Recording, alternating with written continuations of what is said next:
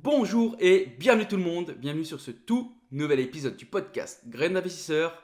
Les semaines passent mais se ressemblent, c'est Anthony et c'est toujours un plaisir de vous accueillir pour l'épisode de la semaine.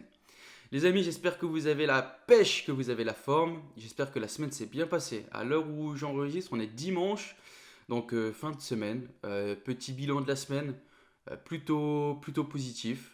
Ça s'est bien passé. Pour faire un retour sur le podcast de la semaine dernière, putain, je vous avais dit que ça faisait plaisir, là, le soleil qui était là, et l'enfoiré. Le soleil m'a fait mentir. Il est reparti. Là, franchement, il refait froid. Là, je crois qu'il doit faire à peu près 5 ou 6 degrés dehors. Donc, en espérant que le soleil arrive bientôt.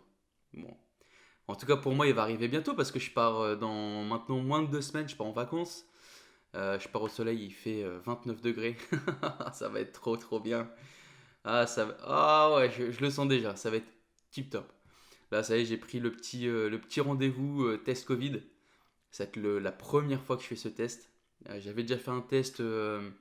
C'est un test au niveau de la voix. C'est un logiciel où vous parlez. Et puis, en fait, il est capable, selon. Alors, c'est vraiment technique, hein. C'est un truc qui a été développé par l'OMS. Et puis j'ai eu l'occasion de le tester, mais c'est en fonction des atomes de la voix, etc. etc. Il était capable de nous dire si on avait déjà attrapé le Covid. Bon, la bonne nouvelle c'était que ce test était négatif, mais là, petit test nasal, j'espère que ça fait pas mal, parce que j'ai vu la taille de ce qu'ils vous mettent dans le nez. Bon, ça va le faire. Obligé, de toute façon on est obligé pour partir. Donc voilà, j'ai pris le petit rendez-vous là, et puis on verra. Je voulais faire aussi un petit retour. J'ai fini un livre que j'ai particulièrement bien aimé. C'est L'Art de la Victoire de Phil Knight. Je l'avais pas encore lu. Je l'avais pas encore lu et en fait c'est l'histoire du fondateur de Nike. Donc c'est une autobiographie. Et bah, je vous le conseille. Franchement, on apprend vraiment des choses vraiment intéressantes. Si vous avez l'occasion, je l'ai acheté à la Fnac. Je l'ai acheté 7,60 €. Donc, cadeau. Cadeau, et puis c'est riche d'enseignements dedans. Et puis vous verrez que, comme j'arrête pas de vous le répéter, hein, on n'arrive pas au sommet directement, hein. On a énormément d'obstacles à franchir avant. Et malheureusement, on nous montre que les succès des gens, mais rarement leurs échecs. Et des livres comme ça, en fait, ça nous montre tout l'aspect caché, tous les refus, toutes les gifles que ces personnes se sont prises. Donc c'est pour ça que j'adore lire ce type de livre parce que c'est vraiment enrichissant. Donc voilà, ça c'était les petites infos perso de ce que j'ai fait cette semaine. On va passer aux infos immobilières de la semaine. Et les infos immobilières, ça fait 2 ou 3 podcasts que je n'avais pas fait. Donc là, j'ai quand même sélectionné pas mal d'infos. Et vous allez voir que je sais pas où on va, mais on y va. Alors, première information immobilière de la semaine. Alors, les ventes de logements neufs par les promoteurs ont baissé de près de 25% en 2020. Le secteur du bâtiment redoute une crise historique. Bon, vous vous doutez, hein, 2020, ça n'a pas été une année vraiment ouf pour les logements neufs. On nous dit dans l'article qu'en 2020, les promoteurs ont vendu 128 000 logements, soit pratiquement 40 000 de moins qu'en 2019, selon les chiffres de la Fédération des promoteurs immobiliers. Bah, ça, c'est simple, hein, pour l'explication, Covid, premièrement, moins de permis de construire, et surtout, on a on commence à avoir une pression du mouvement politique écologiste qui commence à faire bloquer des projets, etc., etc. Bon, tout n'est pas de leur faute, hein, mais tu mets les trois dans un shaker, tu mixes, et bah voilà, t'as le résultat. On apprend également que les permis de construire ont dégringolé en 2020 de 14,7%. Et en 2021, on table sur une baisse aussi de 9,1%.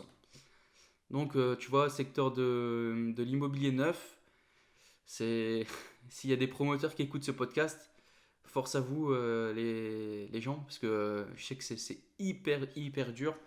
Et si on commence à nous mettre des bâtons dans les roues au niveau des permis de construire, etc., Où est-ce qu'on va aller? Je ne sais pas. J'ai pas la réponse à apporter. Ensuite, on continue. Un an après le début de la crise, le marché immobilier marque le pas. Et ça, c'est une information que je voulais vraiment mettre parce que je me souviens, avant la crise, quand ça a commencé à se pointer, à sortir le bout du nez, là, cette crise Covid, moi, tu vois, franchement, je m'étais dit, jackpot, ça va être vraiment pas mal, ça va dégringoler, et c'est là où on pourra faire des bonnes affaires. Et tu vois, je me suis totalement vautré. Totalement vautré parce que euh, un an après, le marché de l'immobilier commence seulement à ralentir. Il y a eu une explosion en 2020. Je ne sais pas pourquoi, franchement, je ne peux pas l'expliquer. C'était contre nature. On te dit, hey, c'est la crise est là, perte d'emploi, etc., etc. Est-ce que tu penses que c'est le moment d'investir sur l'immobilier? Alors, si tu es un peu malin, ouais, mais normalement, la masse voudrait que crise, récession, t'investis pas, t'achètes pas. Et tu vois, je me suis totalement vautré parce que ça a été totalement l'inverse. En 2020, il y a l'immobilier qui a pris de la valeur, etc. etc. Et on est en 2021 et ça commence seulement à marquer le pas. Donc, c'est marquer le pas. Ça ne veut même pas dire que la tendance globale est à la perte de valeur et à la baisse des prix. Non, ça commence juste à se stopper. On arrête un peu de monter les prix parce que on arrive là dans l'article on nous dit qu'en gros l'équilibrage acheteur-vendeur on recommence à devenir du un pour un.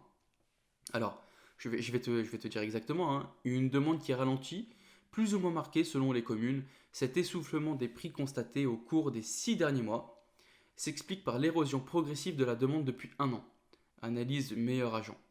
Après une forte tension immobilière avant le premier confinement, les choses se sont calmées depuis. Aujourd'hui, il y a un rééquilibrage du rapport de force entre les acheteurs et les vendeurs. Donc, euh, peut-être que ça va bientôt arriver.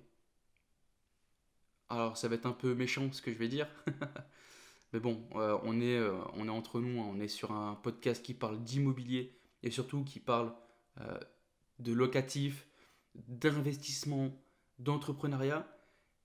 Malheureusement, c'est les prix vont chuter, ça va être jackpot. Ça ne sera pas jackpot pour certaines personnes, mais par contre, pour nous, investisseurs, ça va être pas mal. Surtout que le HCSF a compliqué la chose, donc ceux qui ont vraiment de l'argent pourront faire des affaires en or. Alors, la production de crédit immobilier a chuté de 21% en janvier par rapport à l'an dernier. La production de crédit est passée de 23,3 milliards d'euros en janvier 2020 à 18,4 milliards d'euros en janvier 2021. Eh ben, tu vois que ça fait pas mal. Ça fait vraiment pas mal. 23 000 euros, on passe à 18 000.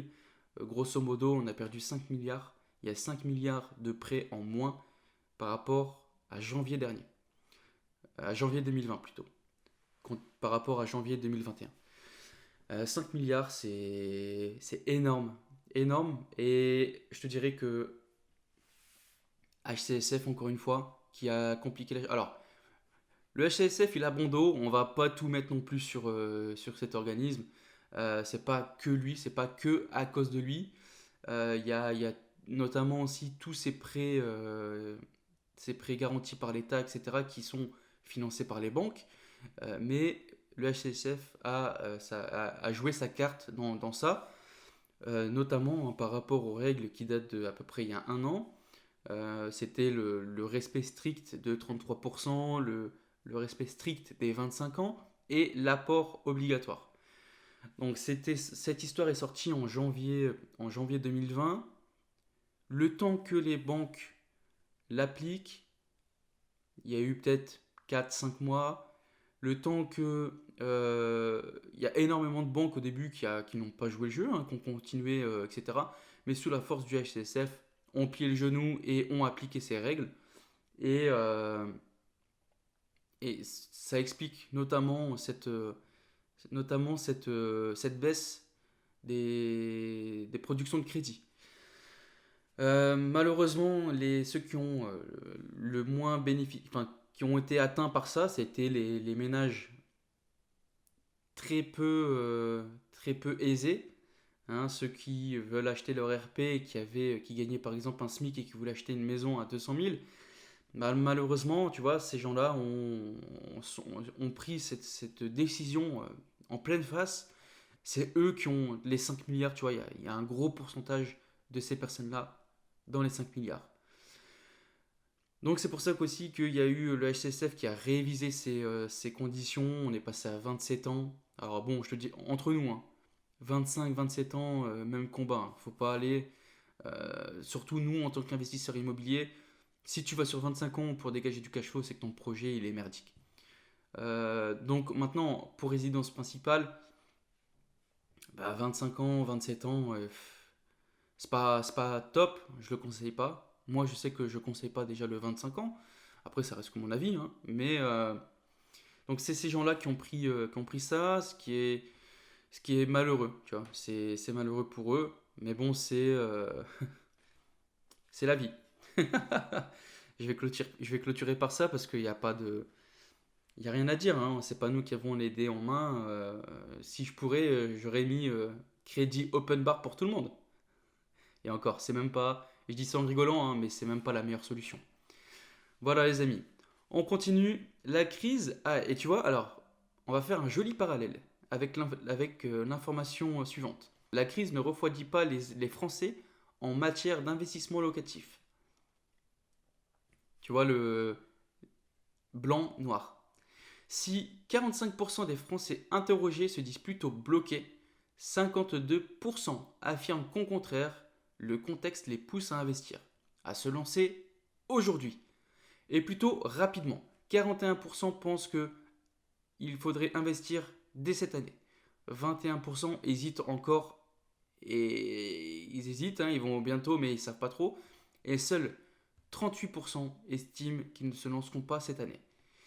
Eh ben tu vois, on est encore... Alors, une tendance globale, hein, que je vais te dire comme ça, mais l'investissement immobilier, ça c'est... l'investissement immobilier locatif plutôt, ça s'est vachement démocratisé ces dernières années. C'était quelque chose qui était, entre guillemets, au début réservé aux initiés. Il fallait connaître quelqu'un qui faisait. Et puis maintenant, en fait, Jean-Pierre qui tombe sur une vidéo YouTube, s'il peut, là, la petite graine va être posée dans son cerveau, ça va germer, et puis il va se lancer. Avant, c'était beaucoup plus dur, tu devais connaître quelqu'un qui connaissait, etc., etc. Et maintenant, tu vois, c'est un investissement qui s'est vachement démocratisé et qui paraît accessible à tout le monde. À tout le monde. Alors, je vais teaser un peu la fin du podcast, mais j'ai envie de slasher ça direct parce que je vais vous raconter l'histoire d'une dame qui m'a contacté sur Instagram pour me raconter sa situation. Et malheureusement, l'immobilier, ça peut aussi, si c'est mal fait, ça peut aussi vous détruire la vie. Malheureusement. Alors écoutez l'épisode jusqu'à la fin, parce que vous allez voir que si c'est mal fait, vous pouvez être dans une situation très très très complexe. Donc écoutez jusqu'à la fin, vous aurez le témoignage de cette personne. Donc les Français, plutôt chauds à l'investissement locatif, j'adhère, je suis OK, mais fait de la bonne façon. Voilà. Location meublée, c'est 45 villes où les loyers dégringolent depuis un an.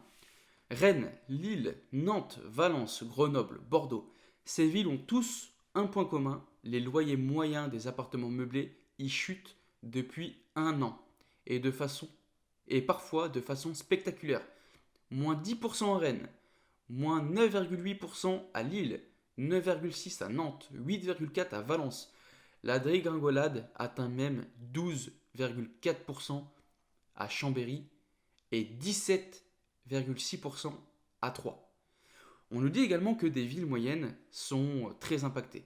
Ainsi, à Roubaix et Tourcoing, comme par hasard, c'est deux villes du Nord, les loyers moyens des appartements meublés ont presque chuté respectivement de 16,4 et 14,2% en moyenne d'après Se Loger.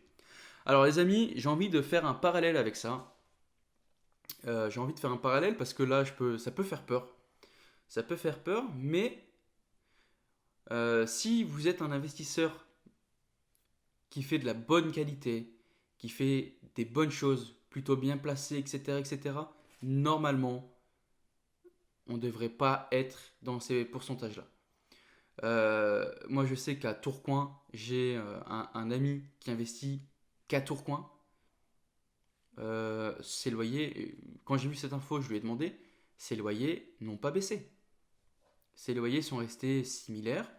Il avait une coloc étudiante sur Tourcoing. Et effectivement, la crise du Covid, il a eu quelques petits soucis, des étudiants qui sont partis, etc. Il s'est retrouvé avec un logement vide. Il a pris la décision de louer ça sur de la longue durée. Il a eu aucun problème pour relouer. Donc, parce que voilà, il fait de la qualité, il fait des choses classe, haut de gamme, et c'est pas un vendeur de tapis. Il n'est pas là à chipoter. Son logement, il refait quasiment à neuf. Alors bon, il a ce logement, il me semble, depuis 4 ou 5 ans, donc ça a vieilli un peu, mais son logement est très propre. C'est des logements qu'on peut retrouver style sur Airbnb, sauf que là, il y a 3 chambres. Donc c'était plutôt opté pour de la coloc. Là, il a fait le choix de basculer en longue durée, mais il a trouvé preneur. Et il a, au niveau des rentrées locatives, il s'en sort pas mal. Son projet est toujours au top. Pourquoi? Parce que au niveau de la colocation, je vous ai dit, c'était un booster. C'est-à-dire que quand tu montes ton projet, tu montes pas ton projet en mode ok, je vais faire de la coloc, je vais le monter en mode coloc. Non, ton projet, tu le montes en mode location longue durée. Le Airbnb, la LCD, la coloc, tout ça, c'est uniquement la cerise sur le gâteau. C'est-à-dire que demain, si ton projet est obligé de rebasculer en longue durée, il faut que ton projet soit viable. Parce que tu fais comment? Là, mon ami l'aurait fait comment? Coloc, Covid, les étudiants se sont barrés. Si il n'aurait pas pu relouer en longue durée, comment il aurait fait? Parce que peut-être qu'il aurait perdu énormément d'argent. Alors bien sûr, il y a eu des rentrées locatives qui ont baissé, mais son projet est toujours au-dessus des 10%. Il a juste monté son projet en mode location longue durée. Son projet était viable, il l'a basculé en coloc, booster de rentabilité, booster de cash flow, booster d'investissement, tout court. Donc, il faut bien monter son projet. Donc, tu vois, quand moi je vois toutes ces 17,6% à 3, tu vois, ça me fait. Alors, je connais pas le marché de Troyes, hein, mais s'il y a des auditeurs qui sont sur ce marché-là ou aux alentours, dites-moi réellement ce qu'il en est. Après, voilà, c'est des infos de journaux grand public, hein, qui sont pas particulièrement tournés vraiment sur l'investissement locatif intelligent de manière rentable, etc., etc. Mais bon, 12,6% de baisse, pour moi, ça me paraît quand même assez gros. Donc voilà. Dernière actualité IMO. C'était une actualité immobilière que je vous avais dit, c'était sur les résidences touristiques. Résidences touristiques, certains bailleurs pourraient enfin percevoir leur loyer. Le gouvernement vient d'annoncer un renforcement des aides aux entreprises les plus touchées dans la crise. Certains exploitants de résidences touristiques devraient donc reprendre, j'insiste hein, sur le devrait, le versement d'une part des loyers. En plus, ils le disent, d'une part. D'une part. Ah là là, putain. Je vais finir. Devraient donc reprendre le versement d'une part des loyers dus à leur bailleur, selon le principal syndicat des professionnels du secteur. Bon, je vais pas revenir sur ce que je vous avais dit, hein. Pour moi, résidence touristique, c'est de la daube. Si vous avez le choix, évitez carrément ce type de résidence. C'est pas des projets pour des investisseurs intelligents, des investisseurs malins, si j'ai envie de dire. Résidence touristique, les pauvres propriétaires qui ont acheté ça se sont retrouvés avec 0 € de rentrée locative, alors que c'était normalement sur le papier, c'était obligatoire. Et puis là, on nous apprend qu'ils devraient reprendre, et même pas à tout le monde, d'une part à une part des loyers. Bref, les amis, encore une fois, ça me conforte dans l'idée, n'allez pas sur des résidences touristiques, des résidences hôtelières. Mettez ça de côté et investissez de manière intelligente. Voilà les amis, ça c'était les actualités immobilières de la semaine. J'ai eu des retours sur la session questions-réponses de la semaine dernière, vous avez plutôt aimé. Donc j'ai décidé d'inclure également une partie questions de la semaine. Et on va commencer tout de suite. Salut Anthony, j'ai besoin d'un petit conseil s'il te plaît.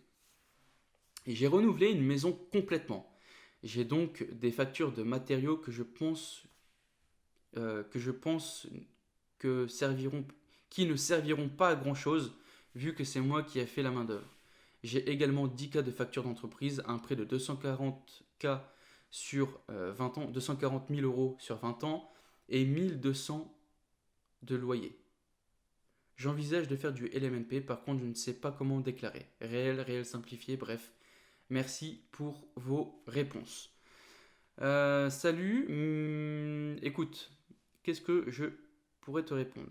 Alors déjà, c'est toi qui as fait la main d'œuvre. Donc, effectivement, malheureusement, tu ne pourras pas facturer la main d'œuvre que tu as fait toi. Donc, par contre, tes factures matériaux, effectivement, ils seront déductibles pour les calculs. Donc, c'est bien. Garde les factures, tu les mettras à ton comptable qui va les comptabiliser. Tu as 10 cas de facture d'entreprise. Donc ça, jusque-là, il n'y a aucun problème. J'ai un prêt de 240 k sur 20 ans et 1200 euros de loyer. J'envisage de faire du LMNP. Alors je comprends pas trop, est-ce que tu as un prêt de 240 k pour ton locatif qui va te rapporter 1200? Si c'est le cas, mon ami, c'est un très très très mauvais investissement. 240 000 pour 1200 de loyer, ça risque de bloquer. Tu seras de ta poche. Alors j'espère que je comprends mal ta situation. Mais sinon, écoute, si je me trompe, je vais répondre à ta prochaine. J'envisage de faire du LMNP. Par contre, comment déclarer? Écoute, c'est simple. LMNP, tu as deux choix. Du réel et du forfait. Si tu prends le forfait, tu prends tes revenus locatifs, 50% d'abattement et tu es imposé sur 50%. Tu peux rien déduire de plus. C'est-à-dire que toutes tes factures tes factures de matériaux, tes factures d'entreprise, etc., malheureusement, elles ne te serviront à rien. Par contre, si tu décides de faire du réel, toutes tes factures, tu les passes toutes dans ta comptabilité. Elles seront comptabilisées du coup. Tu pourras passer plein de choses. Ton forfait téléphone, ton essence, tes payages, alors bien sûr, qui ont rapport avec ta location, d'accord? C'est à toi de faire le calcul. Est-ce que c'est pour toi plus rentable de faire du réel ou de faire du forfait? Là, clairement, je te dirais, j'ai pas regardé concrètement ton projet, mais tourne-toi vers un comptable qui pourra te conseiller beaucoup, beaucoup mieux que moi. Voilà. Deuxième petite question. Hello Anthony, j'espère que tu vas bien. Merci pour ce podcast. J'aime beaucoup ta façon de parler de l'investissement. C'est naturel. Ça fait naturel. Merci. Il n'y a pas de cinéma, hein. Moi, je parle du. C'est du. Comme dirait un certain youtubeur, Mehdi Chirac, du concret. C'est du concret, hein. Il n'y a pas de blabla. J'aimerais avoir ton avis. J'envisage d'acheter un bien immobilier pour du locatif. Le mieux est d'emprunter sur 20 ans ou 25 ans selon toi. Il y a certes plus de cash flow sur 25 ans, mais l'assurance et les intérêts sont plus élevés. Merci d'avance. Alors, si tu écoutes mon podcast depuis longtemps, tu sais très bien. Je pense que tu as ta réponse, tu veux juste que je te conforte. Écoute, 20 ans, 25 ans, c'est vraiment selon ton... C'est vraiment selon toi, hein. Il y a certaines personnes qui vont te conseiller de faire du 25 ans. Moi, je sais que je ne conseille pas 25 ans. Effectivement, sur 25 ans, tu vas pouvoir dégager un cash flow qui sera beaucoup plus grand. Mais par contre, derrière, l'assurance beaucoup plus élevée, les intérêts beaucoup plus élevés. Et quand tu fais le ratio 20 ans, 25 ans, pour moi, il me paraît beaucoup plus judicieux de partir sur du 20 ans. Maintenant, si quand tu montes ton projet, il est uniquement rentable sur 25 ans, ça veut dire que tu ne dois pas le faire. Parce que tous tes projets, tu dois les compter sur 20 ans. Si ton projet est uniquement rentable sur 25 ans, c'est que ton projet n'est pas bon, c'est que tu es obligé de tirer sur la corde pour avoir du cash flow positif qui rentre tous les mois. Et malheureusement, ça veut dire quoi? Ça veut dire que à au moindre problème, tu seras de ta poche. Donc, mauvais bail, 25 ans. Moi, je te conseille vraiment de partir sur du 20 ans. C'est c'est le bon compromis entre 15 ans et 25 ans. 20 ans, c'est parfait. Euh, En plus, je vais remettre une couche sur la banque, mais actuellement, les amis, faut avoir en tête que 25 ans, c'est compliqué. Compliqué. Vous pourrez toujours trouver quelqu'un qui a eu du 25 ans. C'est vrai. Mais par contre, c'est très très compliqué. 25 ans sans apport, peut-être un 2 3 allez, 5 dossiers sur 100 va passer et tous les autres vont se refuser. Moi, 25 ans, je bannis, je monte uniquement mes projets sur 20 ans et si c'est des projets rentables, il n'y a pas de problème. 20 ans,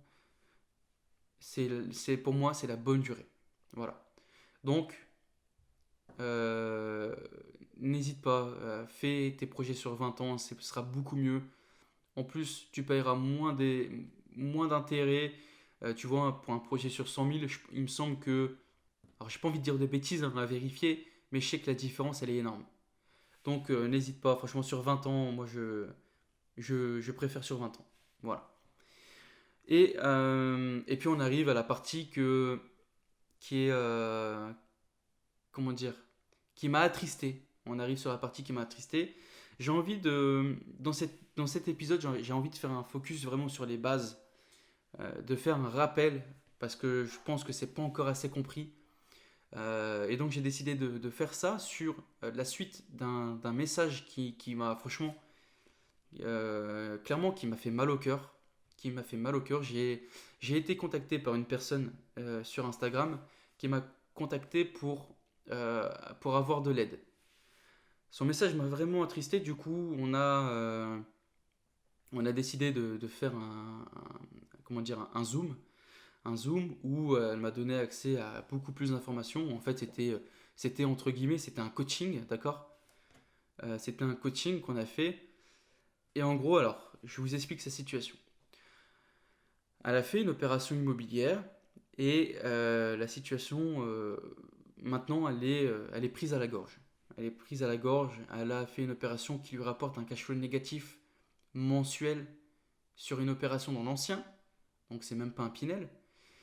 Euh, elle a mis un locataire dedans et puis elle a eu impayé de loyer et squattage parce que du coup on est sur du squat, la personne ne paye plus du tout son loyer et elle squatte le logement. Elle ne peut pas revendre parce que si elle revend, elle perdrait de l'argent encore plus que maintenant parce que c'était un achat qui a mal été fait, elle a mal été conseillée par un agent immobilier, elle n'était pas formée, etc. Et elle a fait n'importe quoi. Donc maintenant, en fait, elle est dans une situation assez complexe parce que maintenant, elle bosse uniquement. Et j'ai envie d'insister sur ça, mais cette dame, elle bosse uniquement pour rembourser ses dettes. Elle fait plus aucune activité à côté, elle ne peut plus rien faire, elle est prise à la gorge. Euh, Mauvais investissement locatif qui lui coûte de l'argent.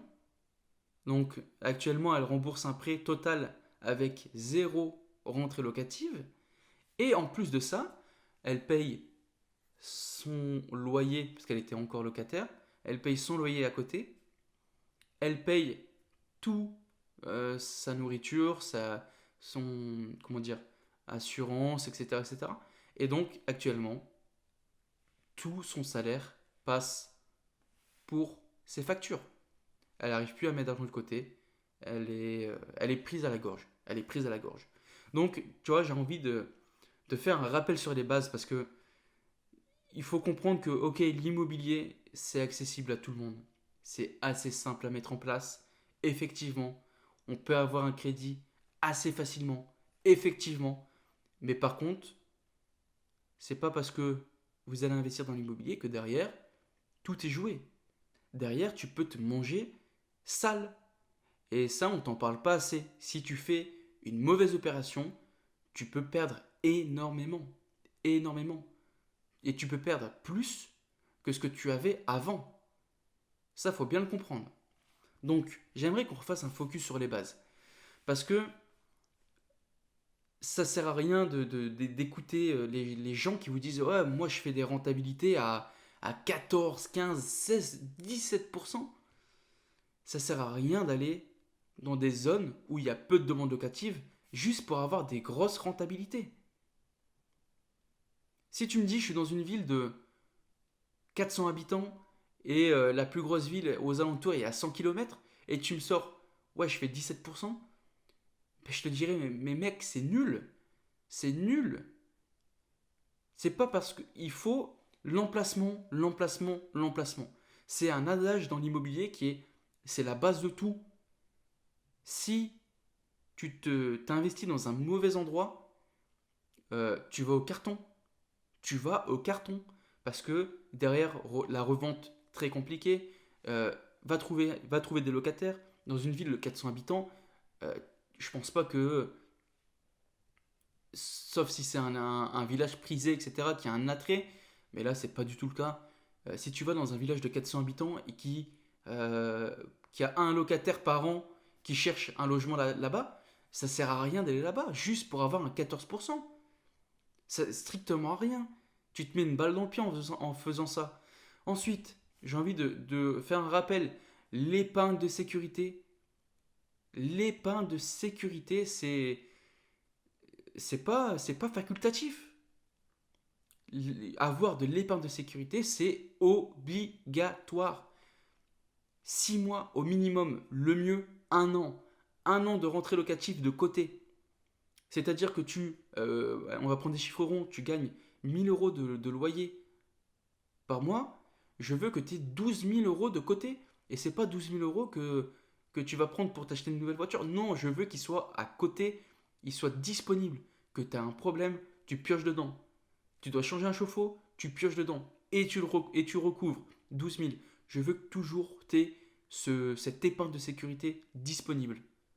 Parce que là, on aurait clairement pu éviter cette situation. Malheureusement, elle n'avait pas d'épargne de sécurité. Après, en fait, à la base, sa situation n'était pas viable pour investir dans l'immobilier. Il y avait des choses à faire bien avant qui n'ont pas été faites. Et malheureusement, elle paye maintenant les pots cassés. Mais l'épargne de sécurité, c'est hyper important. Parce que si vous arrive un problème, vous n'êtes pas pris à la gorge. Vous ne devez pas faire un crédit conso pour changer une chaudière, par exemple. Non, tu as de l'argent t'as de l'argent disponible. Voilà. Le choix du locataire. Alors en fait, tu vois, malheureusement, hein, le dossier de cette dame, c'est, c'est le top des erreurs à faire. Toutes les erreurs que tu peux faire, cette dame les a faites. Choix du locataire hyper important.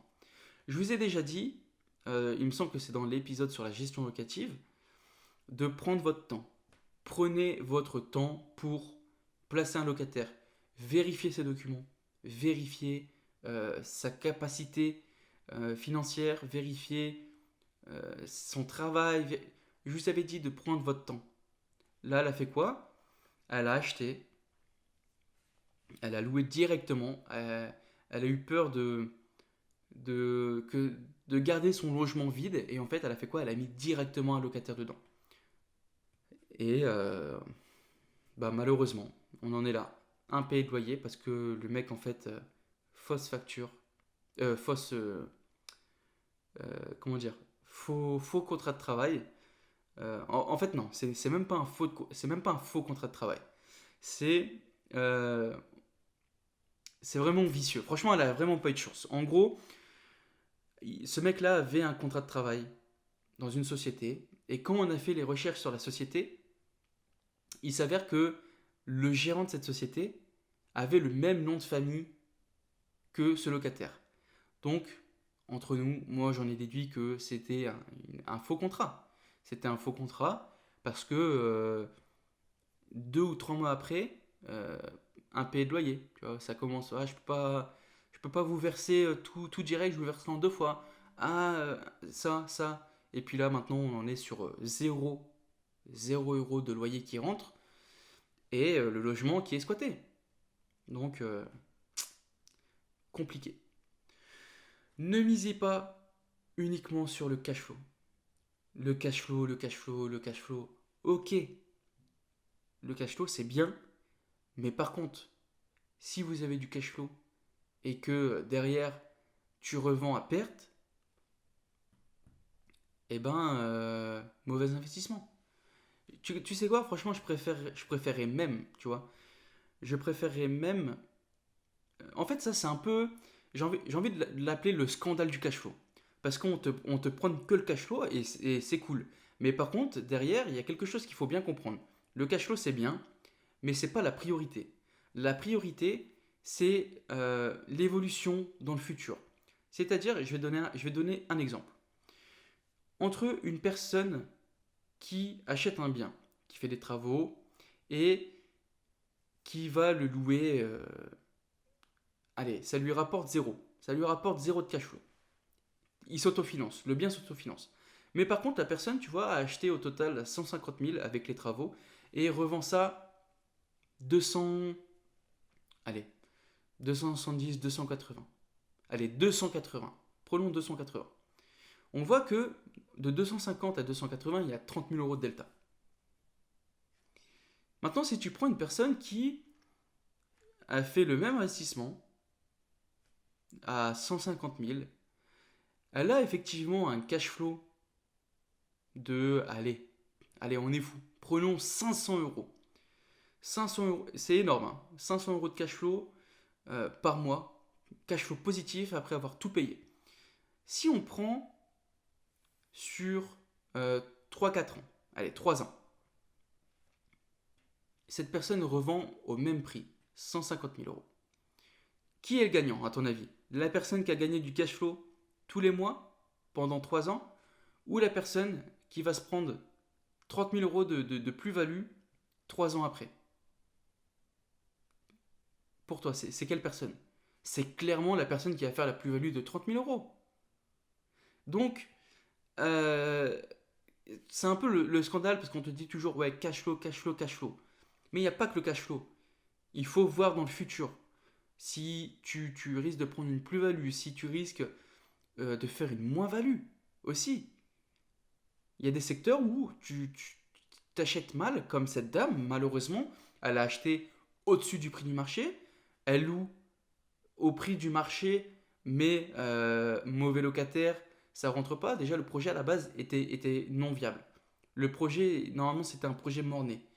Malheureusement, elle l'a pris, elle l'a fait, c'est un mauvais investissement, ça lui coûte de l'argent, et là, actuellement, elle est prise à la gorge. Donc, tu vois, tout ça, tu mets tout ça, cocktail, tu secoues, et c'est toutes les erreurs que je veux que tu évites. Clairement, je veux que tu te formes. Formez-vous, franchement. Tu vois, j'ai demandé à cette dame, et elle s'est pas formée. Elle loue ça en nu, déjà de un. Elle sait même pas la fiscalité, c'est quoi, etc., etc. Voilà, c'est une erreur. Il faut se former. Franchement, les amis, formez-vous. Je vous dis pas d'acheter des formations à 4 000 balles comme je peux voir sur internet. N'achetez pas vous avez même pas. Il y a des ressources. Il y a tellement de ressources maintenant disponibles gratuitement.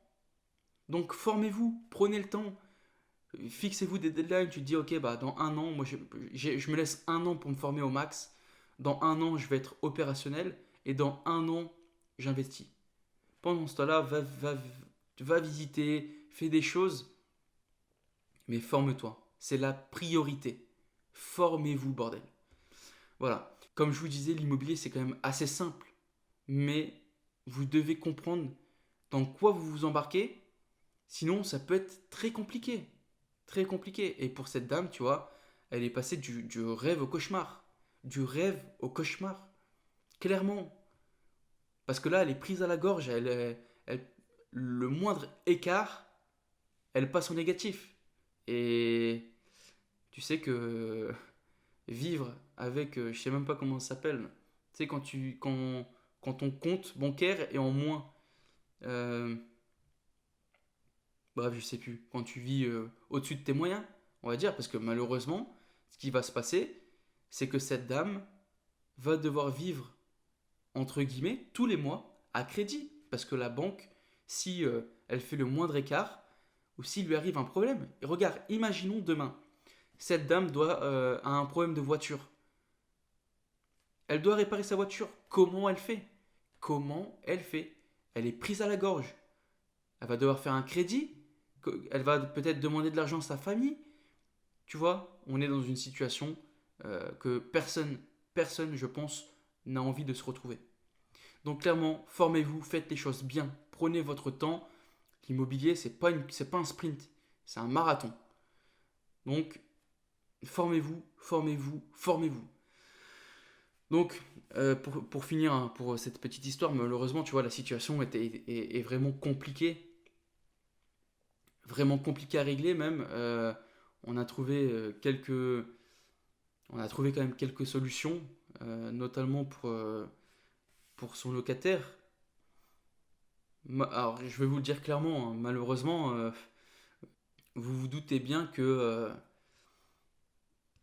on ne peut pas compter sur la loi, hein. Je ne sais pas si vous savez un peu au niveau de la loi sur les squatteurs, mais on n'est pas aidé. Est-ce que c'est normal que des squatteurs puissent squatter sans être inquiétés? Moi, je pense pas. Et malheureusement, eh ben, tu vois, dans cette situation-là, on va devoir utiliser la force parce qu'il n'y a pas de solution. Il n'y a pas de solution. Là, la pauvre dame va devoir aller voir, si on prend la voie légale, va devoir prendre un avocat, un huissier, tout ça c'est payant, cette dame est déjà prise à la gorge, donc là tu vois, il n'y a pas de solution. À un moment, tu vois, moi je pense qu'il faut arrêter de faire des lois merdiques, c'est des lois qui sont complètement illogiques, comment tu peux, ton locataire ne te paye plus, normalement pour moi je suis désolé, sauf un mois, 2 mois, je veux bien, à partir de 3 mois, pour moi c'est dehors. Donc on doit problème solution.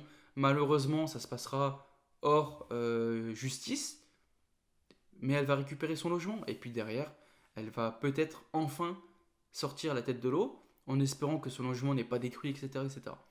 Bref, en tout cas, hein, c'est pas un conseil. Ce que je vous dis là, hein, c'est vraiment pas un conseil. Je vous dis pas de faire la loi vous-même, mais je suis désolé. À un moment, quand on est dos au mur, on est pris à la gorge, il faut faire des choix. C'est peut-être pas les meilleurs choix du monde, mais, mais voilà, on est obligé. Voilà. En tout cas, moi, je vous conseille pas. Je vous dis pas de faire ça. Je vous dis pas que c'est bien. Je dis pas que c'est mal. Chacun est son propre juge. Je sais qu'il y a des gens qui vont me dire que je suis un grand malade, etc., etc. Mais il n'y a pas de problème. Moi, c'est la réalité du terrain. Ok, vous savez, la loi sur le papier, je la connais. On n'est pas aidé. On n'est pas aidé. Donc, à un moment, il faut marche ou crève. Voilà, je suis désolé. Bon, voilà, les amis, ça c'était l'épisode de la semaine. En tout cas, formez-vous. J'ai envie de clôturer, mais c'est l'immobilier ou l'investissement en général, ce n'est pas un sprint, c'est un marathon. Prenez votre temps, faites les choses bien, faites les choses carrées, et normalement, ça devrait le faire. Voilà les amis, en tout cas je vous souhaite comme d'habitude que du bon, j'espère que vous passerez une bonne semaine, que vous avez bien aimé cet épisode. J'espère que je pense que je vais garder un peu ce format, tu vois, info immobilière, question de la semaine, et sujet. Je pense que ça peut être pas mal. En tout cas, je compte sur ton soutien. Au niveau des vues, il y en a de plus en plus toutes les semaines. Ça me fait hyper plaisir, mais continuez. Faites connaître ce podcast, partagez-le. Si vous êtes sur un appareil Apple, n'hésitez pas, une petite note, un 5 étoiles sur Apple Podcast et un petit commentaire. Merci beaucoup également aux deux personnes qui m'ont lâché des commentaires sur Apple Podcast. Merci, merci. Sur YouTube, vous pouvez également mettre des commentaires, un petit pouce si vous avez bien aimé. N'hésitez pas, faites connaître, faites grandir la communauté. Et je vous dis à la semaine prochaine. Ciao, ciao, ciao!